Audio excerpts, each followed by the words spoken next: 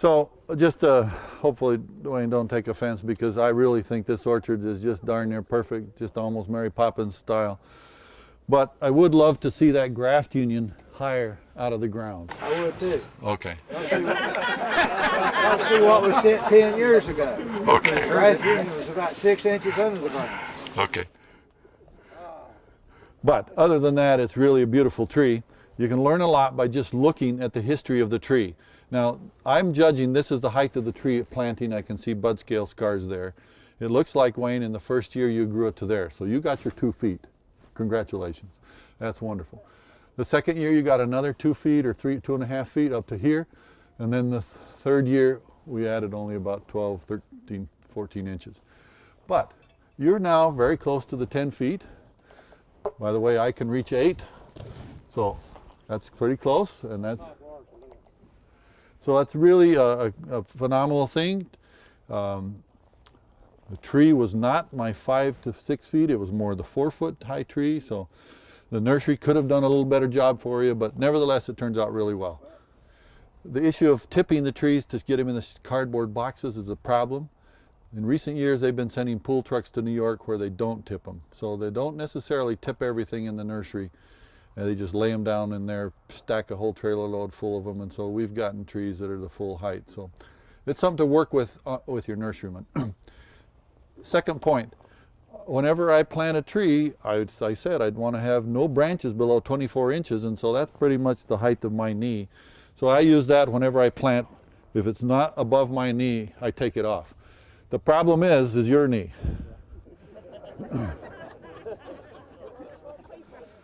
Or your knee. So just take a black marker and put a line on your pant leg, and then use that. Cut off anything below that. Or you could do that, but I often prune the young trees with hand clippers, nevertheless. The purpose for that is that if the branch is high enough, even hip height is really good, you can tie it down and it doesn't touch the ground. And so you can deal with branches that are vigorous and tying them down without any problems. Second step is any branches that came from the nursery we want to tie down. If this is how high it was, I'm guessing that we had 1, 2, 3, maybe 4 branches from the nursery.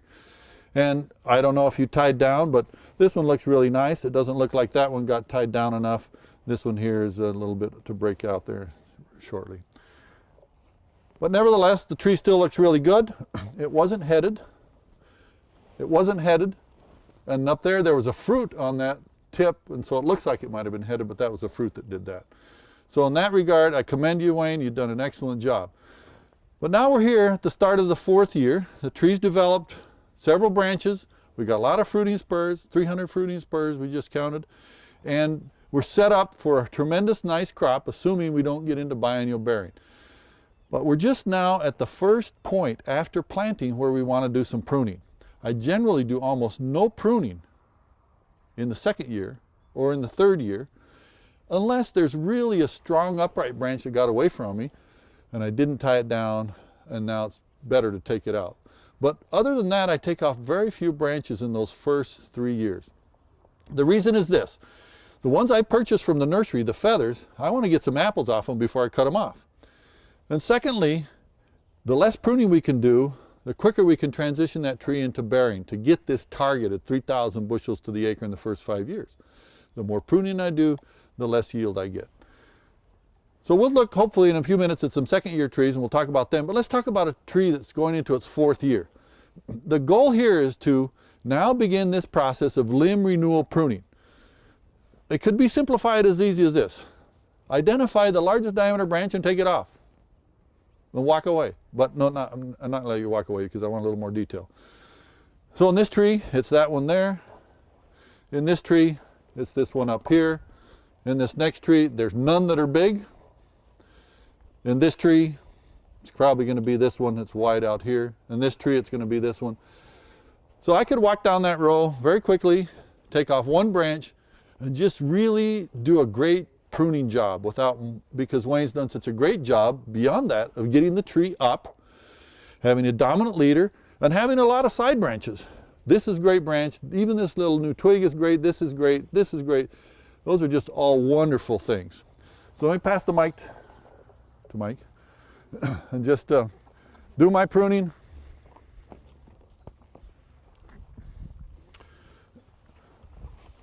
This is a very simple step. I'm going to take out that branch. I want to take it off, leaving a stub. It's a very simple type of pruning cut, but I'm going to show you all the way people try to do it wrong.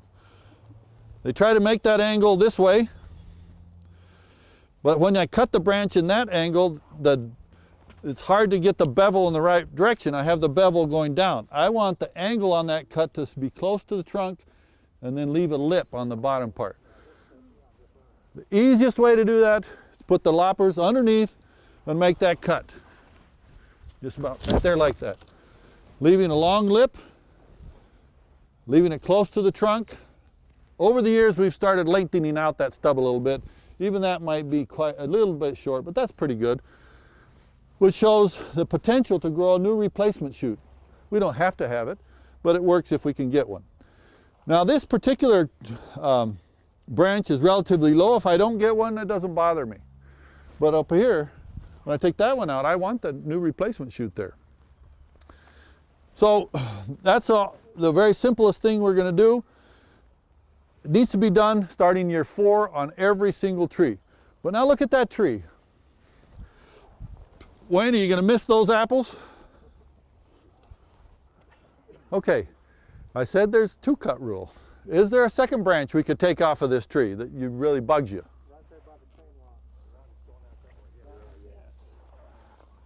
Okay, let's take a vote. Who wants to take off another branch? Look how many nice buds are on that branch.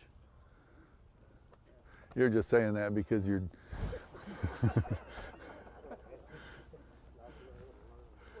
At this age orchard, you're going to just do 2. Never more than 2 at this age. And we get up into 10, 11-year-old stuff. Sometimes we break our own rules and take out 3. Almost never more than 3. I use a rule generally of 3/4 of an inch in diameter. Is that one bigger than 3/4 of an inch in diameter? It's close. Maybe it's right on the borderline. Is that one? They're both on the same borderline. Now, Mike Parker reminds me that there's other people in the world that like other rules. And one of the rules that's often talked about, which I like too, is to compare the diameter of the branch to the diameter of the leader right beside it. So the diameter of this one compared to the diameter of the leader. And obviously this one here, the diameter of that branch was not as big as the leader, but it's bigger than half. So if it exceeds half the diameter of the leader, we generally want to take it out. The problem with that rule is the trunk keeps growing, and by year 15 the trunks are all going to be this big, and so a branch half the diameter of that would be way too big for this spacing. That's why I just prefer to say I'm never going to probably let a branch bigger than 1 inch in diameter. 3/4 of an inch is my rule. When it exceeds 3/4, I want to take it out. If I've got 4 branches that are all bigger than 3/4, I'm going to force myself not to take them all out, just to take out 2. Then come back next year and take out 2 more. Because of the study we did that says if you take out too many branches, you can reduce yield. Steve, let's leave that for the moment. Let's look at it. I'm probably going to take it out, but I'm going to look at it after I prune up the tree. The second step is to, we could all say this together, columnarize the remaining branches, or simplify them. What does that mean? That means to look for the branch and take off the bigger side branches. Now, I'm not counting little stuff like this, but I am counting at the tip to make a single direction for that branch. But now let's columnarize that. That's the reason I didn't want to take it out, because it's a great one to talk about columnarizing. What does columnarizing mean? It means taking off this part, and this part, so that now I have a single axis, and simplifying the end, there's a column of fruit. The purpose of this simplifying or columnarizing is to allow better light exposure to fruits on that, on both sides, and also to throw some buds on the ground. I have 1,400 flowers. I only need, we decided 200 on these trees, 200 fruits. So I use my pruning shears to throw some flower buds on the ground so that the chemical thinning job is not so much. So that tree is done. We still have the issue of this one and this one. I wanted just to show the columnarizing. I'm going to take it off just so you can see what we really like to see is a very narrow columnar tree that is based on this kind of wood. This is really great wood. A couple of apples there will bend that down. A couple of apples there will bend that down, so forth. All of these, You wouldn't worry about tying those tied down. no. You just spin on through because if you got the right stuff. So look at it now, it's a very simple tree. Yesterday, well, let me finish up on your point.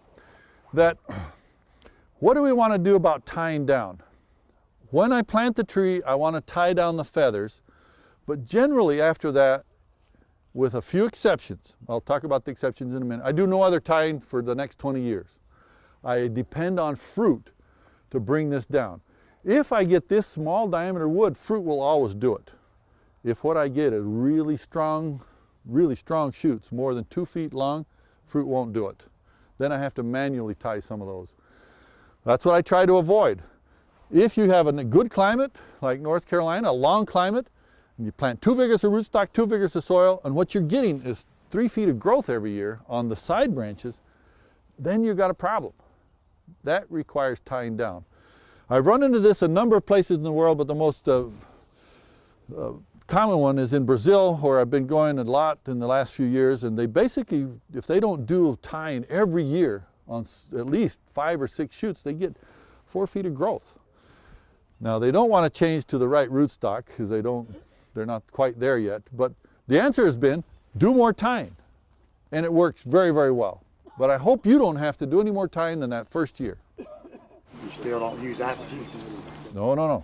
Well, no, we do use apogee.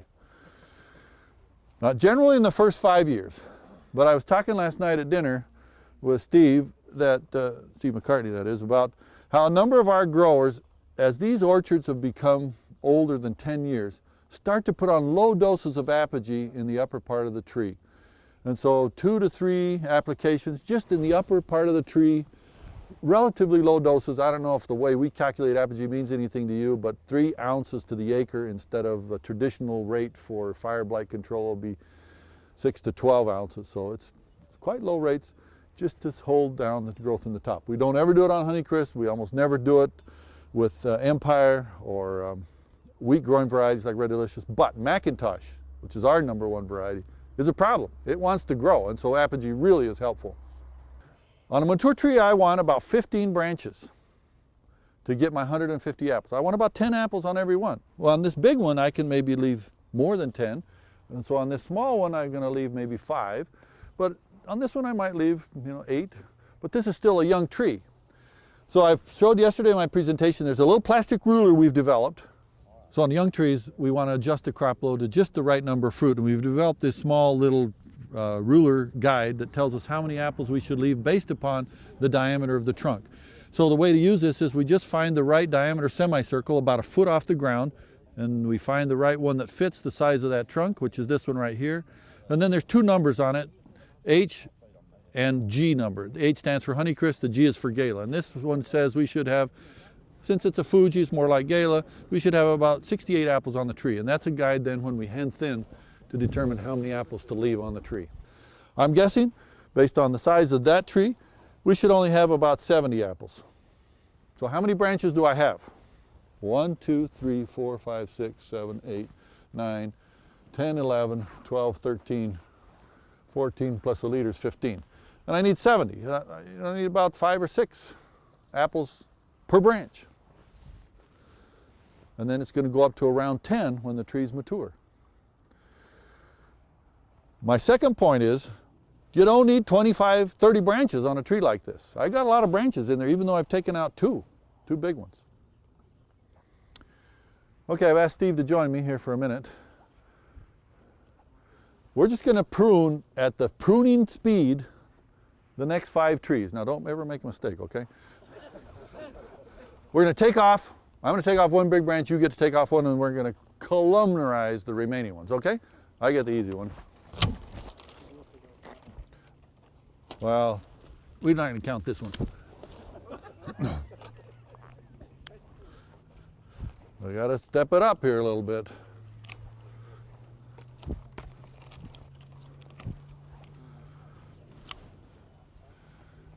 Top's all great. Okay, onward. I'm going to just columnarize that.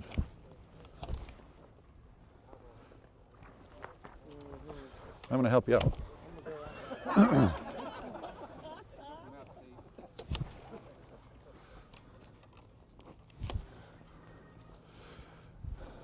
Yeah, you can get that one out for us. It's really easy.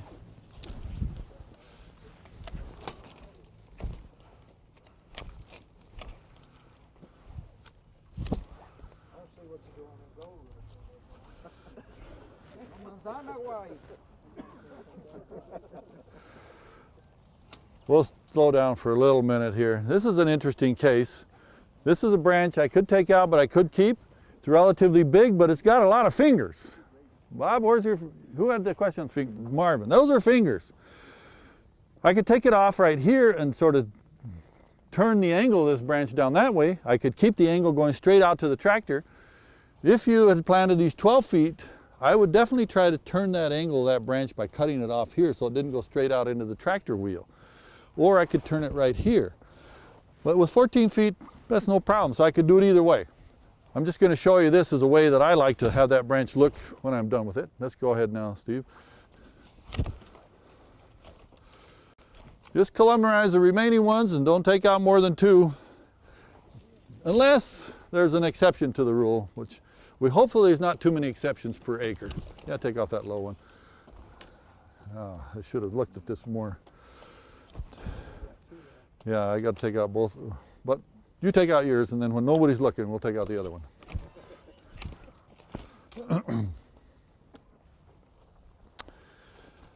Okay. 2 or 3 big ones on each tree. 2 or 3 what? Large diameter. That's all you want to take out. That's all we want to take out, exactly. Somebody kick all the brush out for us because we're not doing a very good job here. Okay, this one's a little low, we can take it out. But there's very little work to do. This is the 4th year. Take off 1. Columnarize what's left. There's a great one for you on that side. All right, before you cut them, tell us what you're doing. If you What big one are you taking out there on this tree? That lower one there? I'd probably take him out. It's your tree, your side. Go right ahead. Now, justify yourself. Your decision. By the way, I agree with it. So. Since he's your lower limb, and this is a 6-foot spacing, I think you are going to have to. In my mind, you are going to have to keep. That's going to have to be what you would hate as a lower scaffold limb. That's going to have to be, 6-foot spacing. You're going to have some permanent branches, I think, for this spacing. If these were 3 foot, you would have to take. For 4 foot, I think all that's got to come out. You have to redo that. So I agree with you, Steve. I like this one because it was a little more going at a little bit of a diagonal angle instead of straight out to the tractor. I can take off a couple of side branches and have a nice columnarized branch. It's not as odd angle as that other one. That's good. So.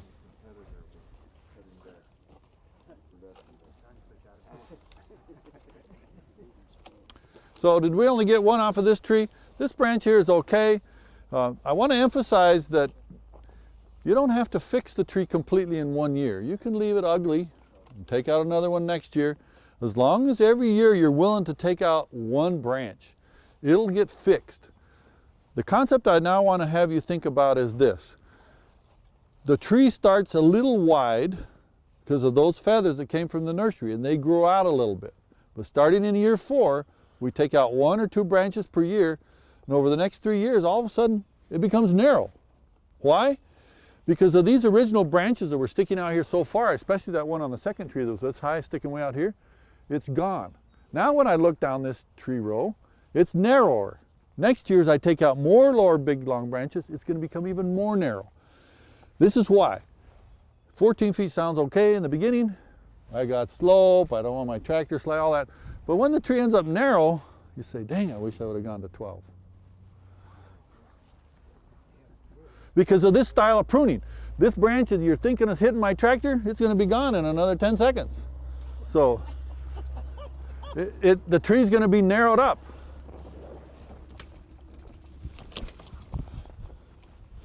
And now the tree just looks different than what it did before. Let's go ahead. Now, there's three branches on this one. 1, 2, and 3 that should come out. This one's kind of below this other one. This is a little bit higher, maybe better.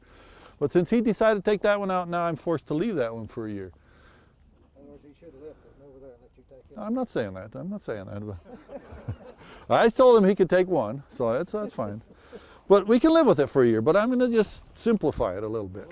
Stuff like this is quartz. Can you pick one? Pick one. Pick one. That's a perfect one because this is small. It'll last a long time. It's already down. This will last forever. Would you have left? Well, that ought to be. That should be plenty. That stub there. That's pretty good. That's really nice. A little bit longer stubs than what we were doing in the past, almost an inch long. The sloppier you are, the better. On this stuff out here, though, if you cut it close, it might have a tendency to Yeah, for the tree to break. If right. Less likely to break. If they're really the same diameter, then that weakens that area. But that's the stubbiness is just a simple way to. So I got the problem on my side over here.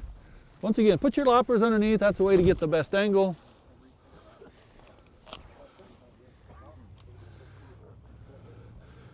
I think you get the idea. It's a very simple concept. Now, this is a great first step. I hope you have more open land. Well, I'm on my twilight. I'm going out instead of going up. I'm going out. I don't agree with that one bit.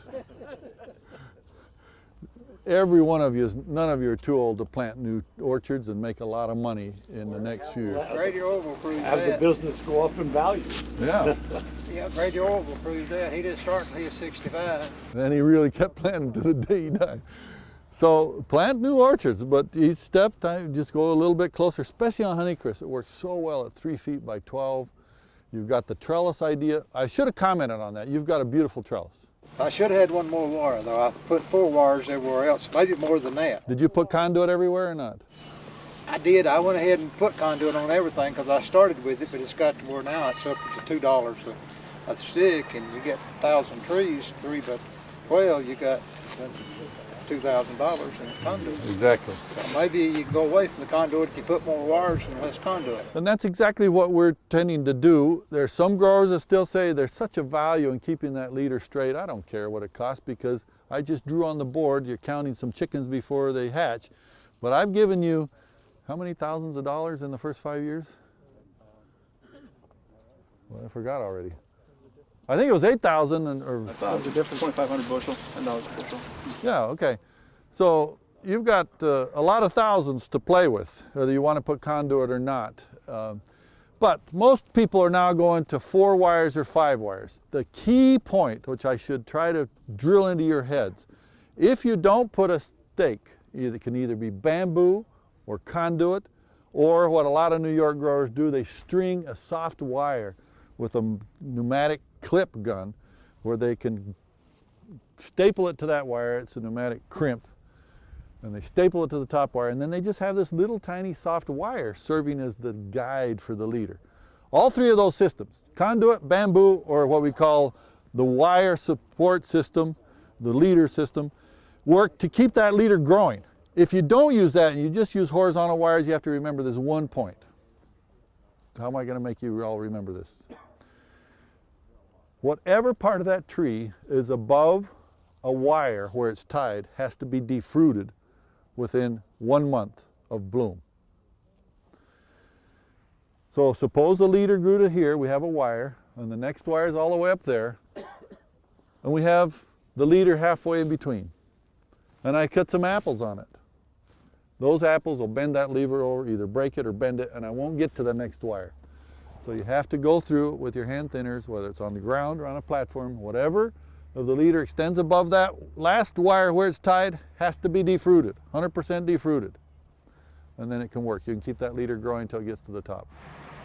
Terrence, I asked you this question yesterday, and you told me you want this to the top wire by the end of the 2nd leaf. And me and Greg have had this discussion on what to do with ours. What do you do with it when you get it to the top? Okay, the question is, after it gets to the top wire, then what? Good example would be the next row over. Yeah. Is that the M7 over there? Yeah. Yeah. Let's go over there where there's a little more of a challenge. These Honeycrisp are too easy.